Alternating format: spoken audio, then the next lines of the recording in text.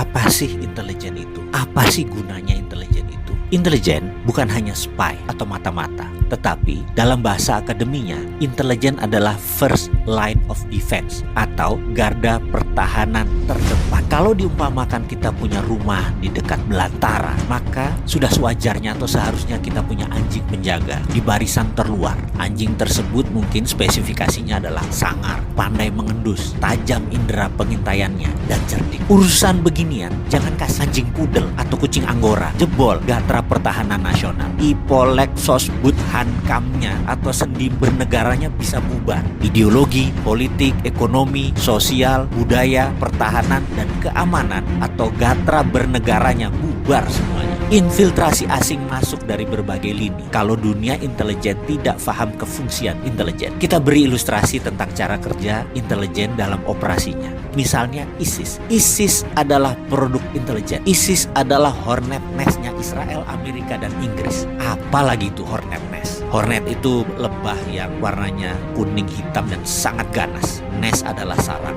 Apa itu? Kita terangkan sedikit. Zaman Pak Harto adalah salah satu zaman di mana intelijen banyak melakukan operasi untuk keamanan negara. Misalnya dulu ada geng anak liar atau gali ya, dan premanisme merajalela. Maka dilakukan operasi Petrus, penembakan misterius, dan berbagai cara kejam dalam tanda petik. Sebagaimana saat ini Duterte melakukannya di Filipina, mengeksekusi mati lebih dari 20.000 bandar narkoba. Zamannya Pak Harto malah nggak sampai segitu. Duterte pernah mengatakan dia belajarnya dari brother country-nya Filipina, yaitu Indonesia zaman Pak Harto. Kita ingat ketika waktu itu di zaman Orba, Petrus, dan berbagai cara membersihkan preman dan penjahat. Tapi demi hornet nest, tidak semua dihabisi. Ada satu kelompok disisakan. Kelompok ini dibiarkan, bahkan dipelihara kesannya. Sebenarnya bukan dipelihara, tapi tujuannya untuk menjebak, yaitu hornet nest tadi. Para preman dan penjahat tadi jadi merapat ke kelompok tadi. Itulah hornet nest. Jadi kemunculan orang-orang preman tadi ke permukaan, gabung dalam kelompok yang tersisa satu ini,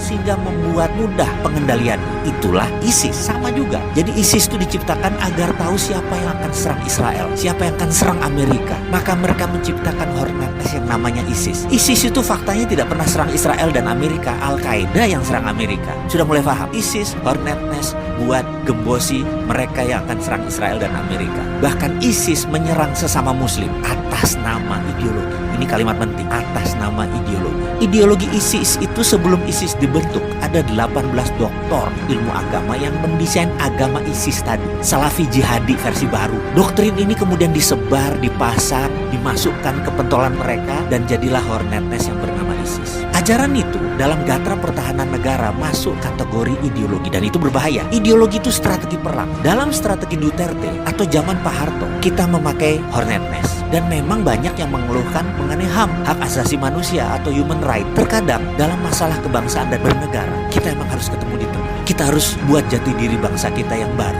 agar kita tidak terkoyak-koyak. Maka sekedar bertanya aja nih, saya yang bodoh ini, saya yang sontoloyo ini, tinggi mana sih human right dengan nation right? Yuk ke depan kita tata ulang negara berdasarkan nation right.